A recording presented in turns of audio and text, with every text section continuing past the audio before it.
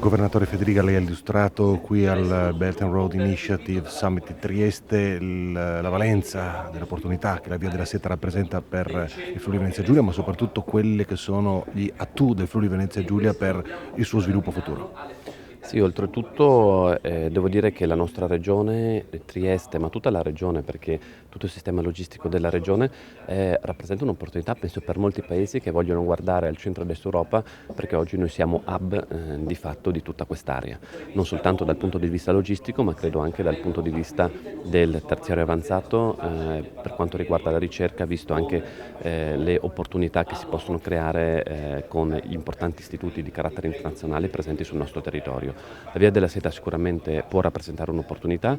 con tutti ovviamente i limiti che dobbiamo mettere per garantire che il rapporto sia biunivoco, ma penso che quelli ci siano già e siano molto strutturati. Basti pensare che il porto è pubblico e quindi può soltanto dare in concessione i terreni, ma quindi ha tutte le leve per controllare gli investimenti che si fanno e dunque non ho preoccupazioni da quel punto di vista. Dall'altro lato spero che tutta la parte della zona franca del porto possa trovare sempre maggiore opportunità di sviluppo, e per questo ho fatto anche un appello al governo affinché soprattutto le imprese che vogliono insediarsi in zona franca possano avere una procedura standard e non una procedura, diciamo, sartoriale ogni volta che qualcuno chiede un investimento, perché ovviamente in questo modo si rischia di peggiorare l'attrattività della nostra area. Lo sviluppo dei rapporti culturali può essere anche il prodromo di un income turistico. Esatto, noi sul turismo proprio ieri ne ho parlato con l'ambasciatore, penso potremmo portare avanti dei progetti condivisi, c'è molto interesse da tutta, penso, la popolazione cinese, me l'ha confermato l'ambasciatore,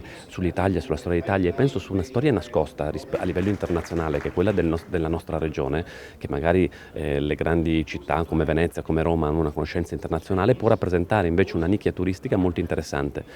Proprio ieri facevo vedere all'ambasciatore qual è la storia di Trieste, una storia che viene da 600 anni dell'impero austro-ungarico, quindi molto diversa da altre aree del paese. Queste diversità sono proprio la ricchezza dell'Italia, sulla quale mi auguro si possa trovare anche motivo di essere attrattivi dal punto di vista turistico. L'ambasciatore cinese ha parlato e ha detto che deve essere un rapporto che valga per tutti i paesi coinvolti, Unione Europea. Ha chiesto però che non ci siano muri in riferimento magari anche ai dazi con gli Stati Uniti. Hanno chiesto una semplificazione, un messaggio importante, insomma. Beh, quelle diciamo che tutti i dazi oltretutto sono concordati col WTO. E quindi è chiaro che noi dobbiamo sempre guardare nei rapporti tra Stati Uniti, Cina, Europa, Cina, in una logica geopolitica su cui purtroppo protagonisti lo possiamo essere in modo abbastanza limitato. Tengo a dire però che dazi con la Cina o i dazi, penso, con gli Stati Uniti messi rispetto a una reazione sugli aiuti pubblici avuti da Airbus voluti da Francia e Germania, bisogna cercare di far sì che le regole diventino veramente oggettive e condivise, perché altrimenti il rischio è che ognuno fa il suo piccolo interesse e non c'è invece una regola complessiva che possa tutelare tutti. Cosa dice a chi manifesta ancora paura nei confronti dell'arrivo dei cinesi? No, ma siccome le precauzioni sono legittime, anzi le condivido,